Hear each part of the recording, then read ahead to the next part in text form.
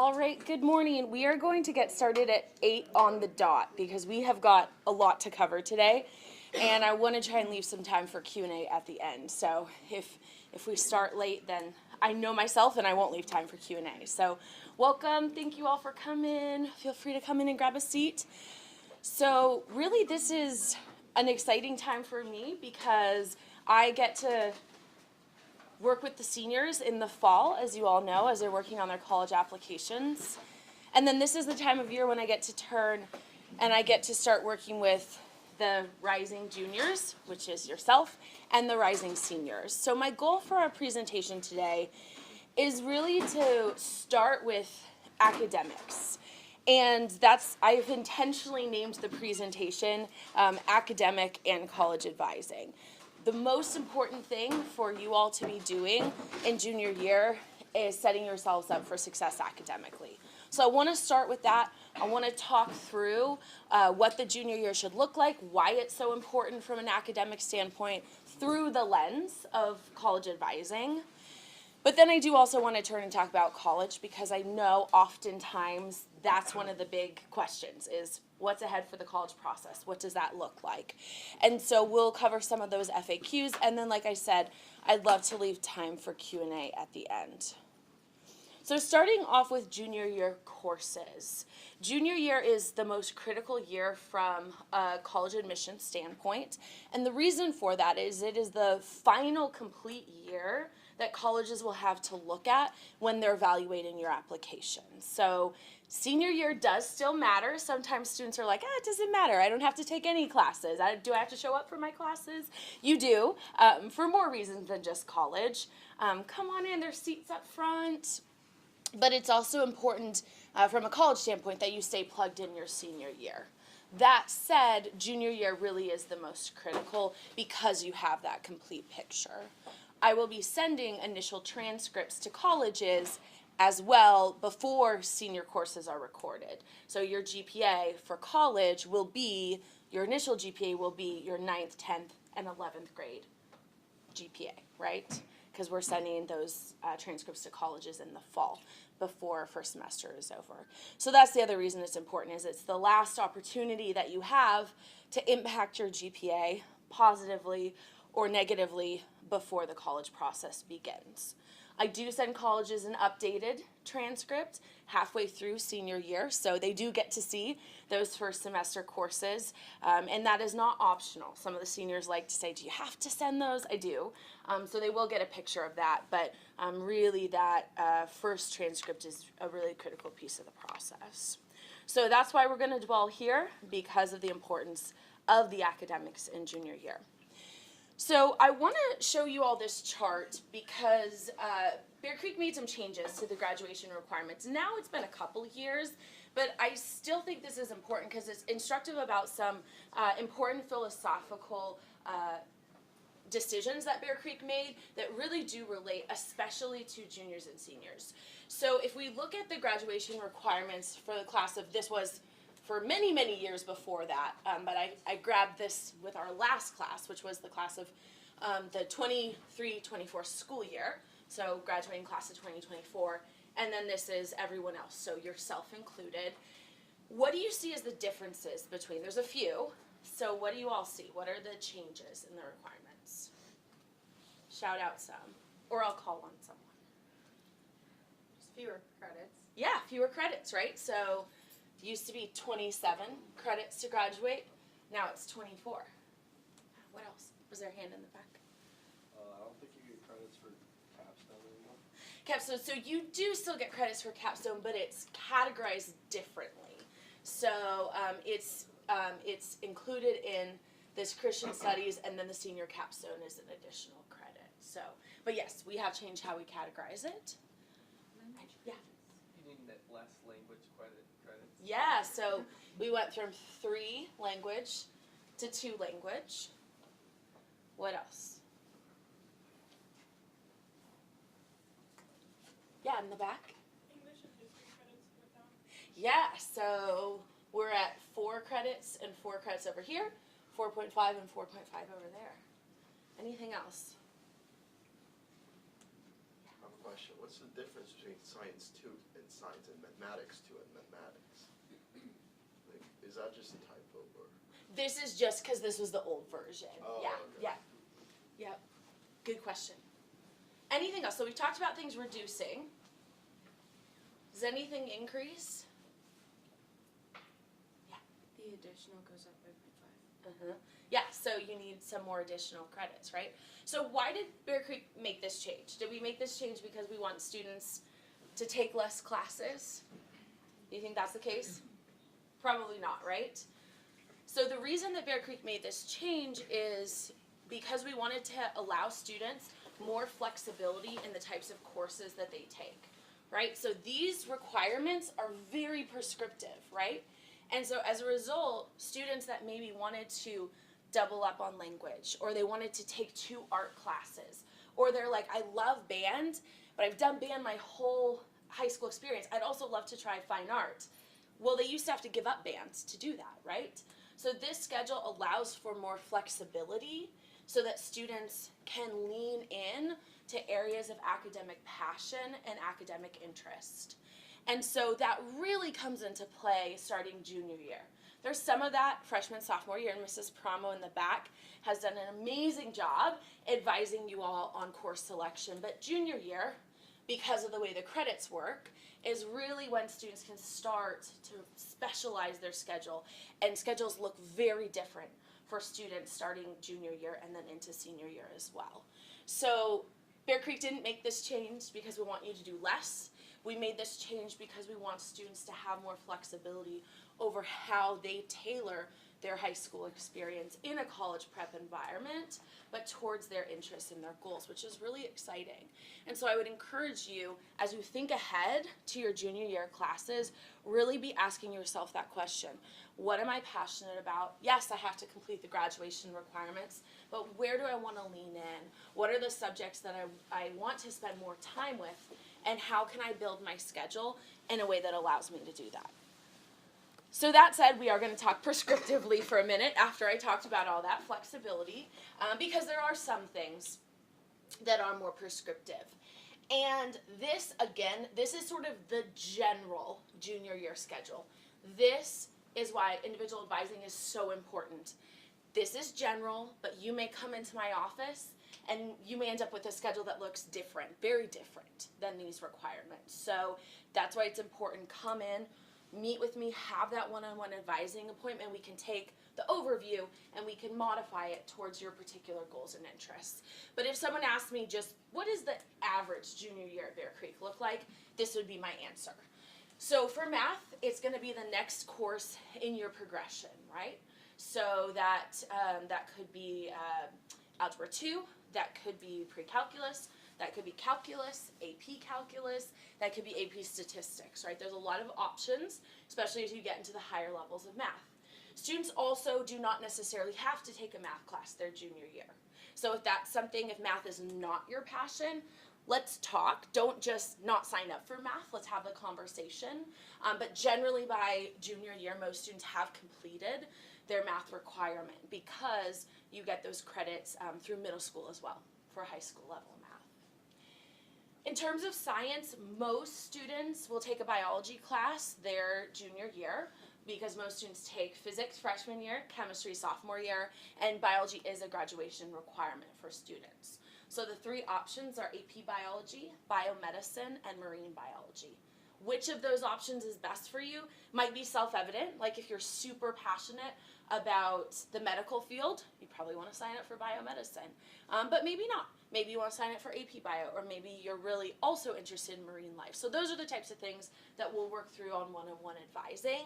But generally it's biology. If you've already taken a biology class, then you might take another one, or you might take a different science. In terms of English and history, the big question is, do I take the AP classes or do I take the honors classes? The content is similar. There are, of course, distinctions between what's taught in the AP course and what's taught in the honors, mostly due to the depth of the content that you get in the AP class that includes an increased level of homework because those are college prep classes, so they're going to be more intense. And so that is really the decision point there, is how much reading, how much work, how passionate am I about these subjects in a way that I want to engage with them. The question for language, as someone mentioned, you are no longer required to take a third year of language. We do recommend it as an advising department. There's a lot of reasons for that. First of all, is a third year of language is when you really do start to have some mastery over the language. You've gotten some of the basics, right? You know how to say your colors and greetings, but now is when you can really actually start conversing in the language, and so it's valuable to have that third year. The language trips are also a huge draw for students that are interested in that. And so sticking with the language, you have to be in the language class to take the language trip. And then from the lens of a college advisor, not all colleges, but many colleges like to see 3 years of language on a transcript. Some require it, and a lot like to see it. So if you're thinking about dropping language, let's have that conversation about the pros and cons. What are your goals for the future as far as college? And what are the benefits of dropping it? What would you replace it with is always my question. And then Christian studies, so there's a half-year requirement for your junior year. That's going to be the philosophical theology class. And then historically, students took rhetoric opposite that philosophical theology class. So that was where you saw that 4.5 credit requirement for English moved down to 4. It's no longer required that you take rhetoric. That said, public speaking is a life skill. It's not just if you want to be a college advisor, although being a college advisor is awesome, but it's also if you want to be a researcher, right? You're going to need to converse with people that might be funding your research. You're going to have to be able to articulate your results. It's important, even if you work, obviously if you do something that is very upfront, but even in things like computer science. One of my very good friends that graduated from Bear Creek, she's a programmer, she's a computer scientist, and she says taking public speaking classes at Bear Creek was the best thing for her because they start every day with a stand-up meeting at work, and she has to stand up and tell everyone what she's working on, right? That's a form of public speaking. So having that confidence to stand up, to learn how to organize your thoughts when you speak, all of those pieces are really critical life skills. So I would encourage you, for some students, they're like, public speaking class sounds great, they're all in, but a lot of students are like, I don't know about this, right?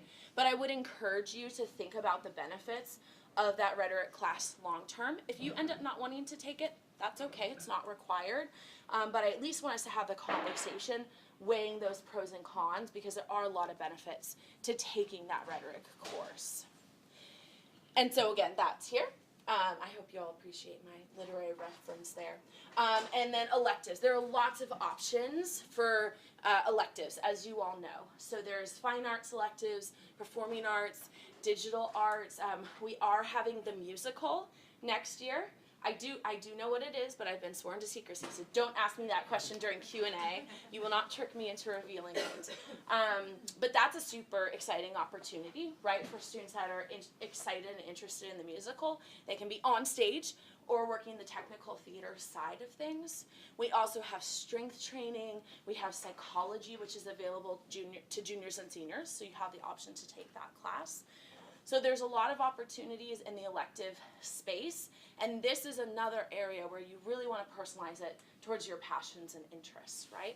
So come talk to me. Let's walk through what all the elective options are, and then have conversations about what might be a good fit. I had a lot of students last year that were like, sculpture and mixed media. I didn't know that was an elective. That sounds really cool. And so we ended up with a bunch of students that they're not, you know, fine artists. They wouldn't call themselves like, yeah, I love to draw, but they are loving that class. So there's a lot of really fun elective options you might not even know about. And so making sure that you're setting yourself up for success. In addition to all of those core classes that you'll be taking junior year, there's 2 other really, really critical things that are graduation requirements that you want to make sure that you're working on. So these are my images. What are they? Students, do you know? Parents? Volunteer. Yes, volunteer. And what else? PE. Yeah, PE. So we have a 100-hour requirement at Bear Creek for your graduation requirement for community service.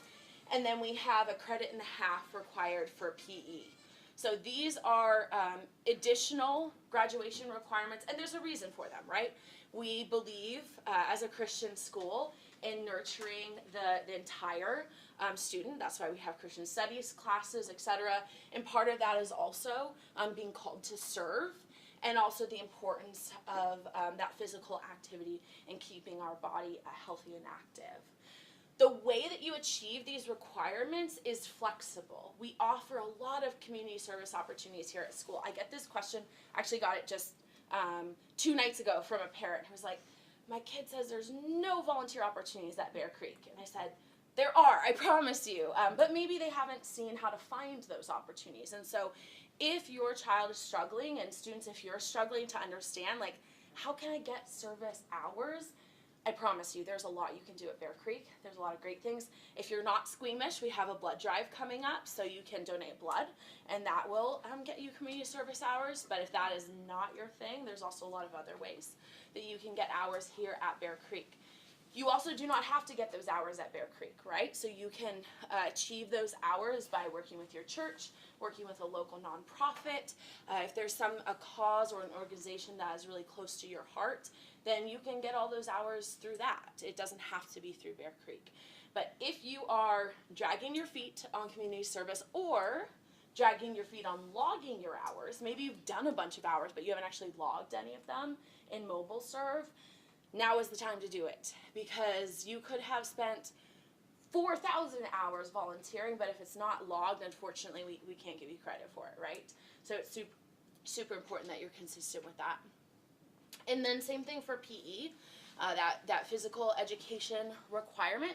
You can get that through multiple different sources. So if you play a sport here at Bear Creek, you'll get PE credit for doing that. So that right there, you're fulfilling that requirement. It'll go on your transcript. You don't get a grade for doing a class, so it'll be pass-fail for doing a sport, but you do get credit for it on your transcript. If you take our strength training class, that will also give you PE credit towards graduation. And then if you play a sport outside of school, so if you're a wrestler, football player, equestrian, etc., if you do something either organized or intense, but not like a team sport, you can also get hours for that and get credit for that. We have a petition process that you can go through where you say, hey, this is what I do, this is what the commitment looks like, and then we will add that to your transcript as a PE credit, because we do want to honor some students are really passionate about athletics or about physical fitness, but in a different way than what we offer here at Bear Creek. So students, if you're sitting here thinking, I'm not so sure that I'm on track with either of these requirements, really junior year is the time to make sure that you are starting to check those boxes, because senior year, and it happens every year, we always have some students that come into senior year with like 4 or 5 community service hours, and they're like, I can get 95 hours, but senior year is busy and there's a lot going on, and you cannot graduate from Bear Creek if you do not get 100 hours. It's a requirement. We're not kidding about it. And so my goal is for this to not happen, but there are often students that are really stressing at the last minute to get these completed. And that's not fun for them. It's not fun for us, because of course we want them to graduate. So just be proactive with these things. You will thank yourself senior year. Any questions so far? So just regarding the PE requirement, is it just like one, like if you did volleyball freshman year, does that fulfill it, or do you need to do several seasons? You need to do several seasons. So one season is half a credit. Okay, so you need to do at least 2. At least 3. Oh, at least 3. Okay. Yeah. Good question. Any other questions? Okay. As we move into junior year, the number one question that I get from a course advising standpoint is this: how many AP classes should I take? And so I just want to address it once, but I want to start by saying, again, if I had one catchphrase as a college and academic advisor, it would be, it depends, right? This process is personalized. Come meet with me. That's the most important answer, because the answer to how many AP classes should I take really does vary significantly student per student? The answer could be, you don't really need to take any AP classes. Maybe honors classes are the better option and give you more flexibility with your schedule, with your commitments outside of school, etc. Maybe the answer is, I've taken one or two and I'm sitting in a good place as far as course rigor, so we're going to stick with that. Maybe there's an opportunity you want to challenge yourself and take more AP classes, but we want to walk through that individually by consulting a student's transcript. Mrs. Paramo and I also get feedback from the teachers on their recommendation on each individual course. We also have data that we use, so historical data that we've started collecting about how students do in AP classes based on their prior grades and academic performance. And then the College Board provides us with something called an AP potential score. And they have a huge data set, right? They have students all across the country. And so they use that to give us a prediction of if they think a student is ready for the AP class. And College Board writes the AP exams, right? So that's where they're pulling that information from. So we use all of those data sources to, as advisors, give recommendations in what we think will set a student up for success. Ultimately, this is a conversation, this is a dialogue, this is partnership, right?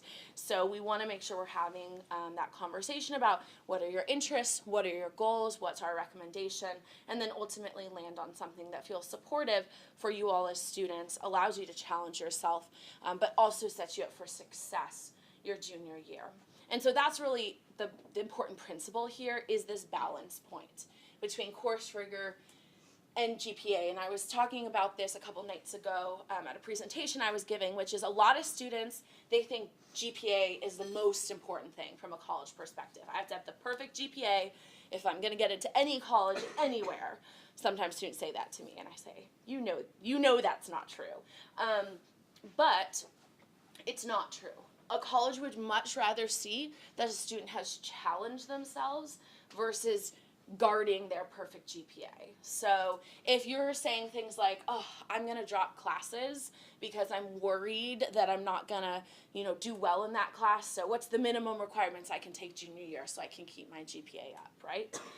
If you're saying, I really love that subject, but I don't want to challenge myself because I just want to keep my GPA as high as possible, right? Those are things that mean you're really not challenging yourself, right? And colleges want to see that you have taken advantage of the opportunities that your high school has to offer, okay? And by the way, challenging yourself does not just mean AP classes. It also means taking a full schedule like we just talked about, so maximizing the number of credits that you're taking. And as many of you probably heard, we have a new schedule that we'll be rolling out here at Bear Creek. I can't reveal all of the details yet. You all will be receiving communication about that, but we are very excited. Teachers are excited. Us as advisors are incredibly excited. Mrs. Miller, Mr. Urban, we all just see how amazing this new schedule format will be. And one of the benefits from an advisor standpoint is it really does allow you to maximize your opportunities to take classes here at Bear Creek. In addition to that, another way that you can increase that rigor is by taking more than the graduation standard, right? So I said, you don't necessarily have to take math your junior year. You don't necessarily have to take language. You don't necessarily have to take rhetoric, right? You don't have to take all three of those, but if you opt out of all three, you're not extending the minimum graduation requirement numbers, right? You're just sitting at that 24 minimum. So those are all ways to increase rigor. And that is important, right? So on the flip side, to students that say, I'm going to kind of guard my GPA, I want to keep it as high as possible because I can't get into college, I also hear the opposite. I hear, I just cannot get into college if I don't take, and students and families have a very specific number of APs, because there are some platforms out there, and it is misinformation, but say to get into college you have to take X number of AP classes, right? And I'm not even going to say what numbers I hear. It's not always the same number, but I don't want to plant that idea because it's not true. And I Mrs. Paramo and I go to some of the premier conferences every year where we hear from the college admissions officers about their review process. I have sat in on admissions committee review processes for the college, at the college level, and I can promise you that is not the way it works. They're not like, great, this student has this many AP classes, they're in, and this student doesn't, they're not in, right? And so overloading your schedule with AP classes is also not necessarily the way to go, right? Because if you do that and it impacts your GPA, or maybe you can do okay from a class standpoint, but maybe it means you have to quit the speech and debate team, which, as one of the speech and debate coaches, I would never let you do, but maybe it means you have to give that up. Maybe it means that you can't go on family trips, right? Maybe it means that internship or that job shadow that you were considering, you can't do that. You have to say no to it. Maybe it just means you're not getting a lot of sleep and you're getting increasingly stressed, and that's going to compound over time, and it may not immediately impact your academic performance, but it absolutely will down the line, and just impact your overall mental health and well-being, which are things we care about a lot, not just getting into college, right? And so that's why it's important to balance these things. Colleges, when you look at the data, colleges care about both of these things. They want students to appropriately challenge themselves, and they also want students to do well in their courses, right? So you don't want, that's why I have the scales here, you don't want to get these things too far out of balance. Our goal as in partnership, but as advisors, is to try and get you to a place where those things are in balance, where you're challenging yourself, but you're challenging yourself in a way that you can be academically successful. Again, if you take anything away from that, number of AP classes, number of honors classes, it depends. Come see me. Okay, so now I want to shift and talk a little bit about our college advising philosophy here at Bear Creek. So many of you, if you've come to some of my presentations, you have heard this. So hopefully this sounds familiar, but if not, then please know that our philosophy here at Bear Creek is a best fit philosophy. And what that means is that we don't believe there's one college that is right for every student here at Bear Creek. So when I start working with students on crafting their college list, which I'm doing right now with the rising seniors, I provide as a starting place a list of between 20 or 30 schools for students to research. That recommendation is not copied and pasted to each student. That is based on a survey that you all will fill out, where you talk about what are the most important factors to you, what types of schools are you interested in, what are your goals and passions as far as career, as far as interests that you want to be involved with on campus, and then I use that information to make recommendations about the types of schools, about places that you might want to consider researching and investing your time. So broadly, best fit refers to finding a school that matches students' goals for the future and how you want to achieve them. And so what that means is that the heart of our college advising process here at Bear Creek is one-on-one advising, just like it is for academics, right? Not everyone's junior schedule should look the same. I would not be doing my job as an advisor if everyone's schedule looked the same. It's the same for the college process, right? It really is about finding those schools that allow students to achieve their goals. And part of that is understanding that no matter where you go to college, you can find success. And I think sometimes we have this feeling culturally that I have to go to X, Y, or Z college to be successful. First of all, whatever successful means, right? But let's just take it from a career standpoint. So this is one of my favorite charts. So if you all are not familiar with the Mayo Clinic, this is really like one of the premier medical institutions in the United States. If you hear about the Mayo Clinic, those are doctors that are really top of their field. They're doing very innovative, oftentimes very specialized care for people that may not be able to get care from just a general provider. So the Mayo Clinic is a big deal. And I promise you, I did not cherry pick this list. Like, I didn't go through and just find the 6 or 7 doctors that didn't go to, USC or Boston University, right? I pulled this from the first couple pages of their website. I promise I also didn't just cherry pick this. That's my alma mater, Davidson College. So this was from the first couple pages of their doctors' bios on their websites, right? Where did they go to college? Some of these schools you probably know, right? Vanderbilt is very well known. You all know Davidson College, of course, I'm sure. UCLA, Boston University, right? Many students have heard of Calvin University here at Bear Creek because they're a Christian college. But there's also schools that you may not have heard of or you may not have thought of as having the academic potential to get you to the Mayo Clinic, right? One of my good friends went to University of Kansas, which is a great school, but oftentimes people think athletics when they hear University of Kansas. University of North Dakota, right? Guilford College, Luther College. There's a lot of ways to get to, if we're calling success, right? Being one of the premier doctors in your field. And so I put up this chart just as a reminder. This is why best fit matters, because whatever your goals are for the future, you can get there no matter where you go to college. And each of these colleges provided a strong academic foundation and strong potential for these individuals to be able to go on and achieve their goals. I'm making presumptions. Maybe they didn't want to be a Mayo Clinic doctor, but assuming that, then all these colleges set them up well. And so that's part of what that best fit philosophy is thinking really critically about not just the names of schools, not just a copy and pasted list, but really thinking about that match, because match in the college process is where students can thrive when they're in an environment that allows them to. If you want to hear more about that, I did a whole presentation on finding your best fit college in the fall, where I really break down, like, hey, here's some of the criteria that you can start to consider. Who benefits, what type of student benefits from a large school environment, what student benefits from a small school environment, what student benefits from a moderately selective, highly selective, what about state, what about public versus private, etc., right? So if you have questions about that, that was a whole hour presentation, so I can't get into all the details there, but please reach out. I have a recording of that, so if you did not attend, let me know, and I'm happy to send that your way so that we can continue that dialogue. In terms of the college timeline, what's upcoming? When do things happen in this process? So this is where you all are at right now, right? Grade 10 spring. So really there's 4 things you have to be doing. Easy, you can count them on one hand. The first is work hard and stay focused on academics.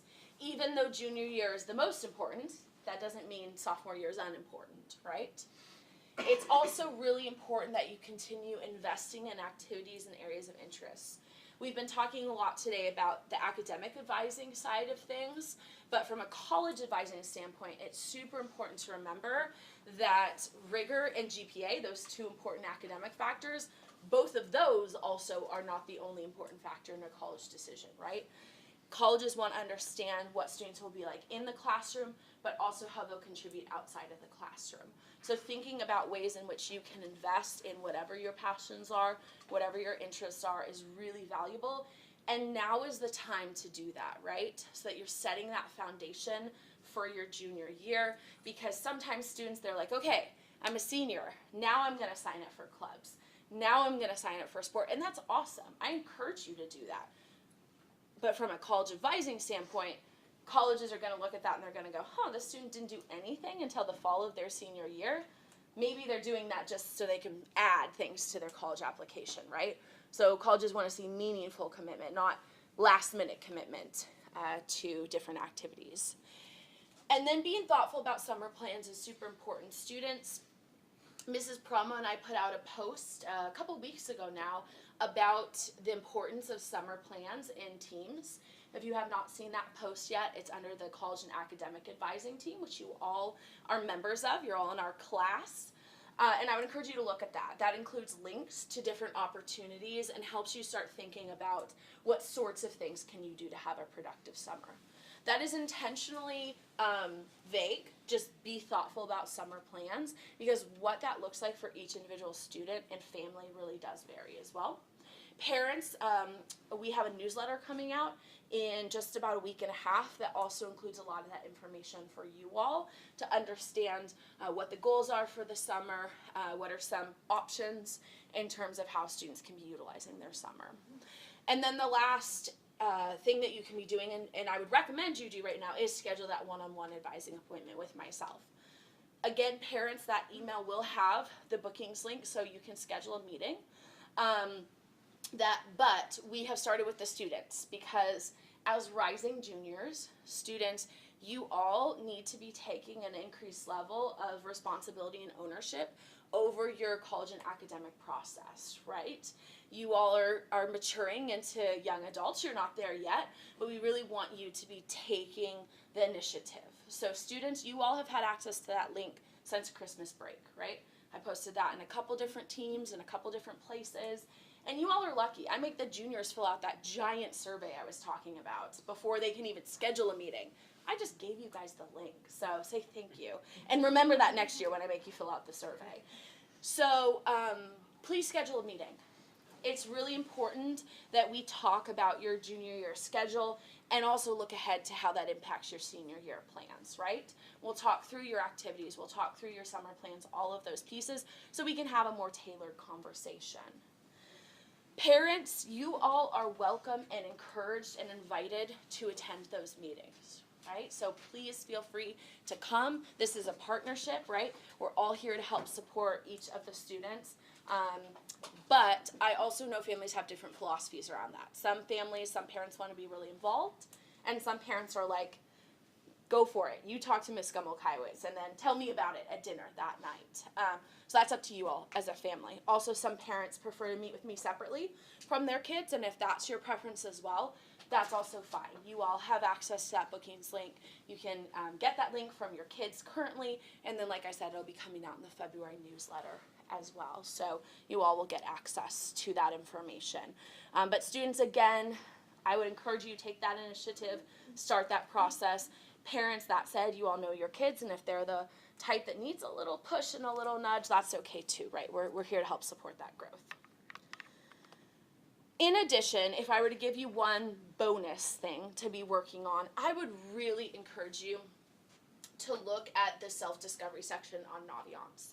This is something that is currently really underutilized by families, and there's so many incredibly valuable resources as we set the foundation for this college conversation. So what this section is there's a lot of different assessments that students can take, and these are not things you have to study for. These are things about your interests, your likes, your goals, etc. And then each of these assessments will provide you with information about what sort of environment you're successful in, right? So I said best fit is about finding a college that helps you reach your goals and do so in a way that matches with your process, right? So this will help us talk about that. What type of environment do you thrive in? It'll also help you think outside the box of what I call the typical careers, right? So a lot of people come into my office and they say, I want to be a lawyer, I want to be a doctor, and in this part of the country, I want to be a computer programmer, right? Or an engineer. Those are not bad things, and many students will go on to pursue those. But sometimes that's all students are thinking about, right? Or maybe teacher. And so this will give you all as families access to conversations about what are different types of careers you can do if you like science. It doesn't just have to be a doctor. There's a lot of things you can do with that background, and so this helps prompt those conversations. So I just want to give you a couple examples. I did this, were any of you all in the Spanish class students when I did this presentation? Awesome. Okay, so this is your data. So this is some of our students here, not with any names, but what I did is I went to Profe Gardner's Spanish class, and we talked through the importance of these, and I asked the students to take a couple of the assessments. And so this is one example of the results. So this is, and I know it's small, so I will read it to you. So this is called environmental preferences. So this is questions asking the students, what type of environment are you successful in when you're studying? Where can you be focused? Where can you thrive? And so you see, for example, here we have a student. These are 3 individual students, right? Their responses. So here we have this student really likes a warm environment to be successful. They really, really strongly want it to be bright and light, which may equate to that. They like a lot of action, not quite as much important as those are, but they definitely don't want to just be still and quiet. They prefer to study earlier in the day or later in the day as opposed to earlier, and they want something that's more informal in terms of setting. but they also want quiet, right? So this is a student that you would think up until this, maybe you would benefit from something like a coffee shop environment, but maybe not if you want it to be completely quiet. But maybe something like coming to the library to study. It's bright in here, we have big windows, other students are going to be coming in and out, so it is more casual, but you're not going to have that super loud environment that you might have in a coffee shop, right? So that's all good and well for studying, but how does that relate to college?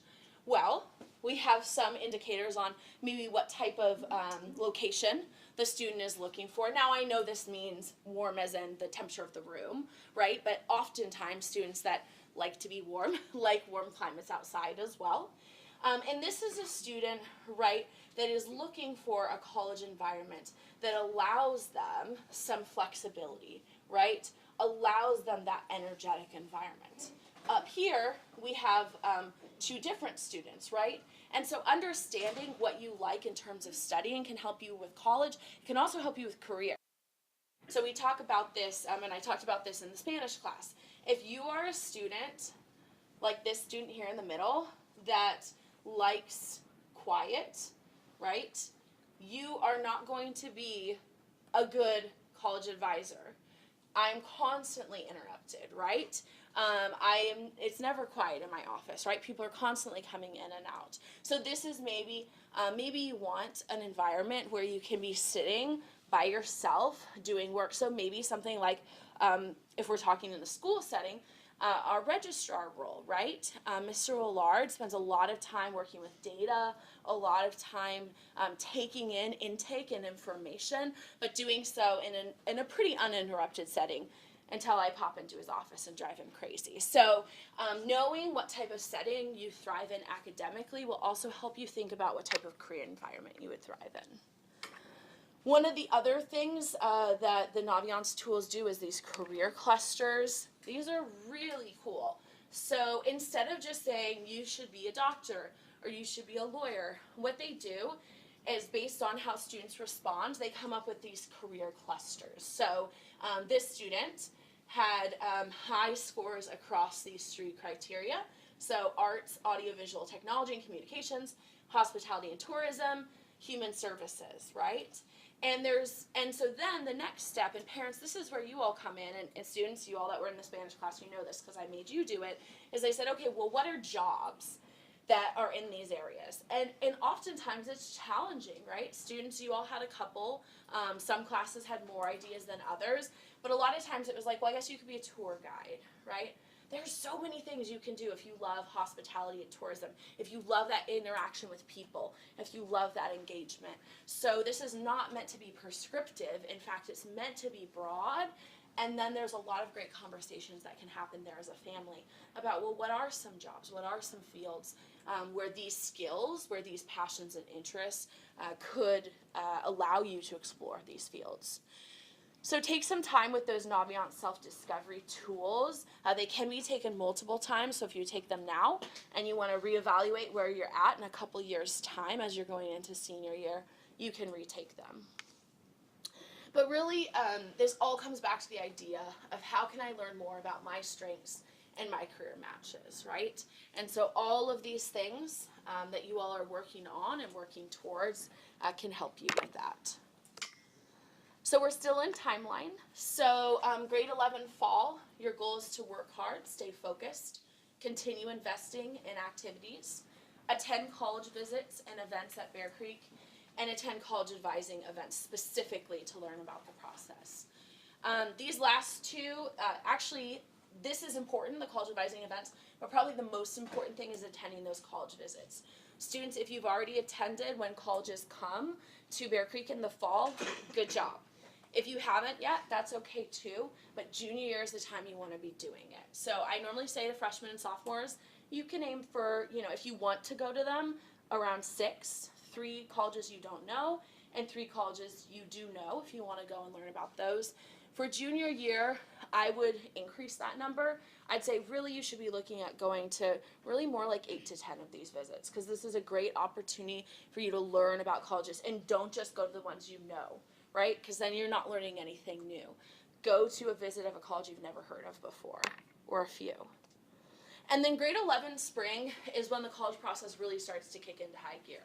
So you're going to still do those things, but you're also going to want to consider preparing for the SAT and ACT. A prep class does not have to be paid, but it is important to do some preparation. We offer a school day here at Bear Creek for the SAT. We have an information session just like this that I would strongly encourage you to attend. You'll want to schedule a meeting with me, and then after spring break, you'll ask teachers for letters of recommendation.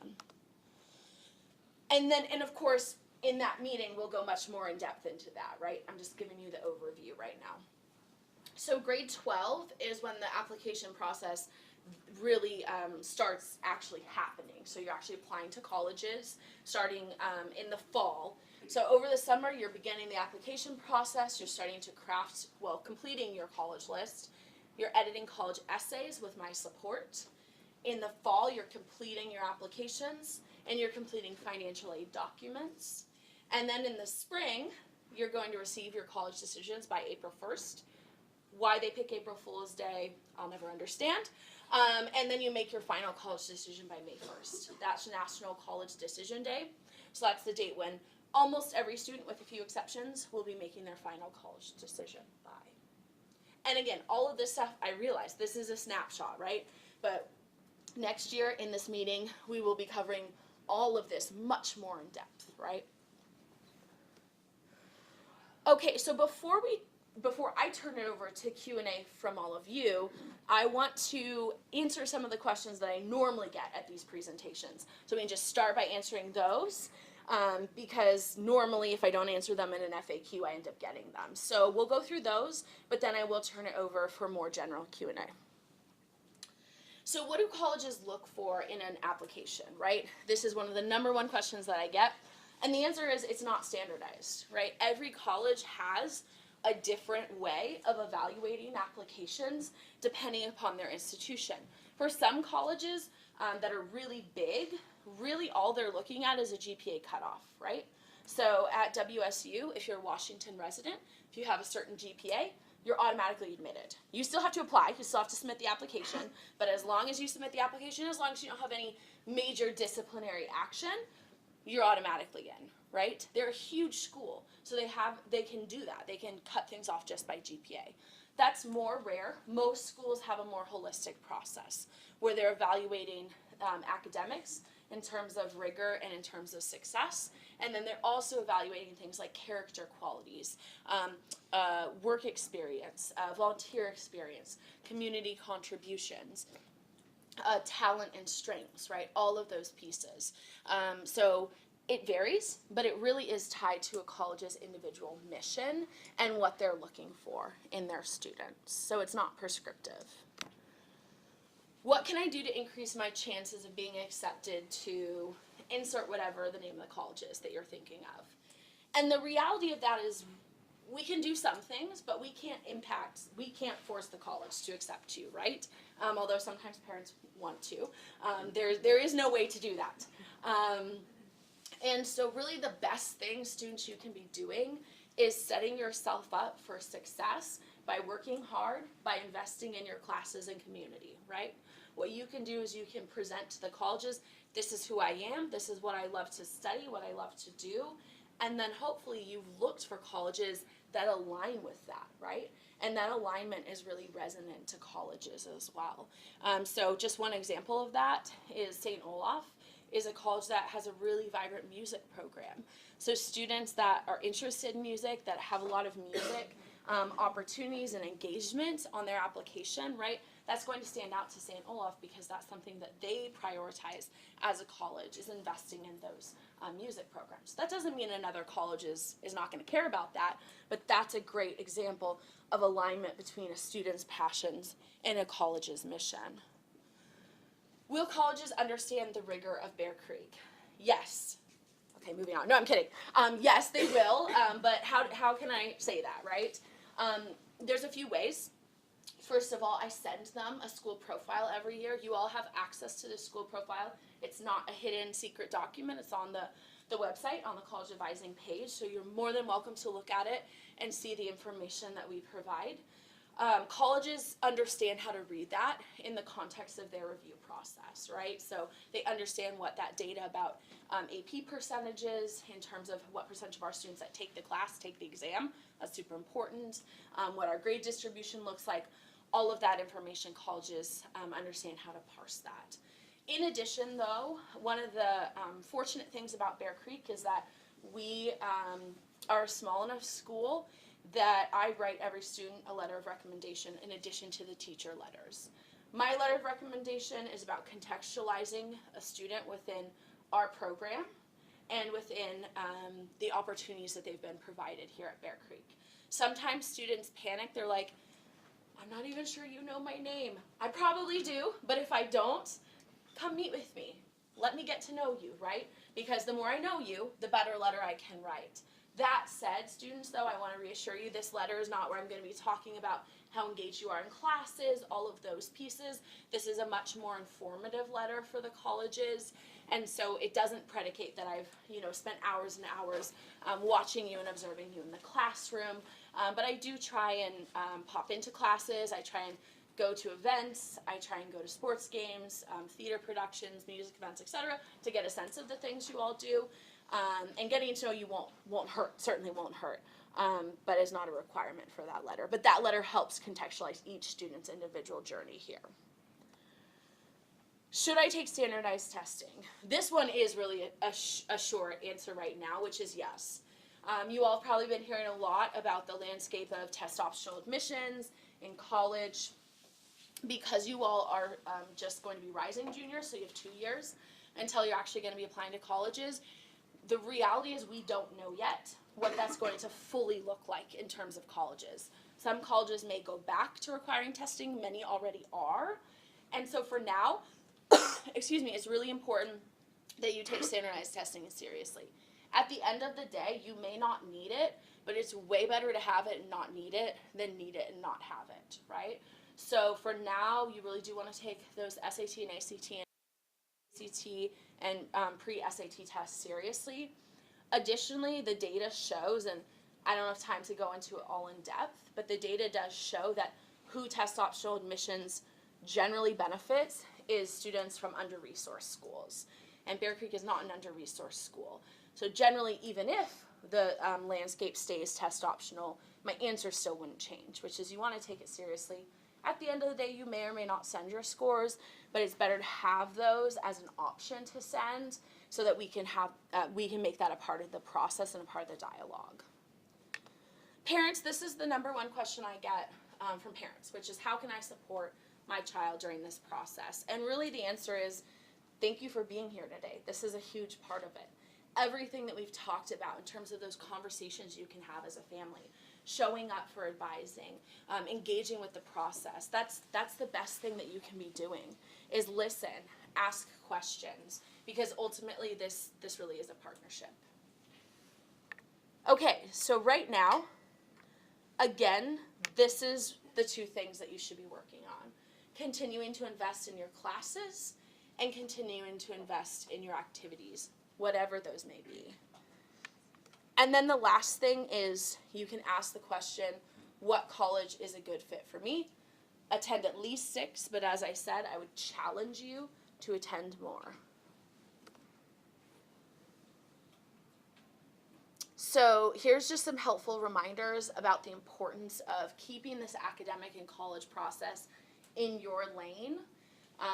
Every single person in this room will have a different academic process, a different academic consultation, and a different college process. And so I would just encourage us, we can be supportive, we can be caring of one another, but comparing this process to others, it can be really challenging, right? Because we want it to be personalized. So with that, I'll put this verse back up here in a second because it is so relevant to the advising process. But I will turn it over. We have just about 6 minutes for general Q&A. Students, I also know that you all have to get to your first classes, so you can stick around, of course, for Q&A, but I also will not be offended if you have to sneak out the door because I know you have those classes coming up. So with that, are there any additional questions that I can answer? Yeah. The 4 assessments in Naviance, how long do those take roughly? they're not incredibly long.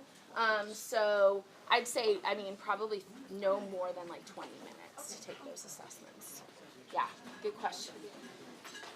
Thank you all students for coming. I appreciate it, getting up early. Thank you. Yeah. Any other questions as the students are filing out? Yeah. That's a good question. So the question is when do you schedule an SAT exam or an ACT exam? So my recommendation is second semester junior year is a good time to do that. That's why we offer a junior exclusive SAT here at Bear Creek, second semester. It's in March. Some families choose to take a test earlier, so in the second semester of sophomore year or even in the fall of junior year. Those are not wrong answers. There is research that shows that scores naturally increase some between the start and the end of junior year, mostly due to the like vocabulary and reading level of English classes, higher level English classes, and also sometimes math levels as well. So that's why there's no need to take it earlier, and I always say there's some natural increase, so take advantage of that. That statistically, right, each individual student could be different, but that's why my recommendation is second semester junior year. Still gives students time to take multiple iterations if they need to. That said, it's not wrong to do it in the fall of junior year, or even, I would say spring of sophomore year is early. It's not wrong, but it's early. But summer between sophomore and junior year. And there could be good reasons to do that. So I've recommended that to students, especially if they're really involved in student government or in, intense. I had a student that does like ski racing. And so they're like, I'm not going to be able to take an SAT second semester junior year. I'm going to be on the slopes. I'm not going to have time to study and invest. So there are really good reasons why students might modify that course. You don't offer SAT for 12th grade? We do. So we offer a spring SAT for juniors and then a fall SAT for seniors every year. Or what month? So it's March for the spring and then it's October for the fall. Yeah, so before any early deadlines would need to be completed. Any other questions? Do you recommend taking ACT on top of SAT? That really does depend on the individual student. So we offer the pre-ACT here. So what I would encourage families to do is look at those scores and see how the student did. If it's sort of a wash, if they did equally on the test, I would do the SAT only because of the access that we have here, right? We make it easy. You have 2 guaranteed tests that you can sign up for, and it's easier to find external tests as well. The ACT is really honestly kind of challenging to find external tests for. You have to be really proactive on registration. If you're not, we have had families that have had to get a hotel room in Oregon or drive to Idaho to take the test, which is not ideal. So so it's just more challenging to get ACTs. The ACT is also changing. So next fall they're changing their format significantly. They are currently pretty vague on what some of those changes are. Some of them we know, but we don't fully, as advisors and as colleges too, they haven't released all of that information yet. But that is something to know, is the ACT will be changing as well. Right now it's paper, for example, so some students like that. They're likely going to a digital test format. So some changes will be happening as well. But if a student did a lot better on the pre-ACT, then by all means they can do the ACT, but just it's more challenging to find those test options. We offer it here at Bear Creek, so it's part of all of our 10th graders take the pre-ACT. That date's actually coming up. Oh, Yeah. okay. So it's optional, they can sign up for it, it's required. It's optional, but we strongly recommend students do it. Okay. Like on the weekend? No, it's during the school day. Yeah. Yeah. And I should have pulled that exact date, but I didn't, so my apologies, but I can get that for you. Sorry, you did say just the pre-ACT is offered, but Not the ACT itself, yeah. And I get that question a lot too, why don't you offer it? The honest truth is we are looking into it, we have looked into it. We have to balance, it's a lot of time and energy to administer it. If it was just about the advising department, we would do it, right? But we also have to look at are we asking students to miss a significant amount of class time? if we have it on the weekend, we have to open it up to everyone. We can't just reserve it for Bear Creek students. Well, then is that really benefiting our students, or are we just benefiting other students in the Redmond area, which is not a bad thing, but if the goal is to benefit our students, how can we do that? So there's a lot of things that play into that. It's not a no forever, but that's the reason why we don't currently offer it, is there are some barriers, and so we've decided to go with the SAT. I have a question. Yeah. Since you mentioned that the ACT is changing, I remember with Kieran, we used that as an indicator of which test would be the better test for him to pursue, either the SAT or the ACT. So if they take the PACT now and it changes, will it still be an adequate indicator of whether or not we should hunt down the ACT? The ACT currently would say yes. I'm not sure, because they're changing even the sections and how they score things. So the reality, in my opinion as an advisor, is it's a little bit too early to tell, because we don't know what all the changes are going to look like, but probably it will not be as helpful as a predictive measure as it's been in the past. Yeah. Any other questions? Will you be helping the students with their EDs and EAs and the strategies with that? Yes, absolutely. So early application deadlines, decisions about that. We talk through all of that. We talk through the pros and cons. We talk through strategy. We talk through what you're giving up, what you're gaining, all of that stuff. The reason we didn't talk about it today is it's not yet relevant, and a lot of that stuff changes. Even the colleges that offer it changes. But yes, we will absolutely be talking about that. Yeah. What do you find in terms of if Bear Creek students tend to need an outside college counselor in addition to all the amazing services that you're providing? Yeah. So most families don't seek an external college counselor, and I always say to families, you're already paying for private advising. I mean, that's the reality. That's my whole job, is to provide that. And so everything that you could get from someone external, we're a small school, you can get that from me, right? So I will work on generating that college list. I will meet with the students. Some students, I meet with them every week between the middle of junior year and the end of the college application process. So if a student needs that level of support, it's here for them. Not all students. Some families are like, well, then how can you do that? There's too many kids. Well, some kids, their process is not that intense, right? It is more streamlined. But I'll be crafting college lists. I edit students' essays.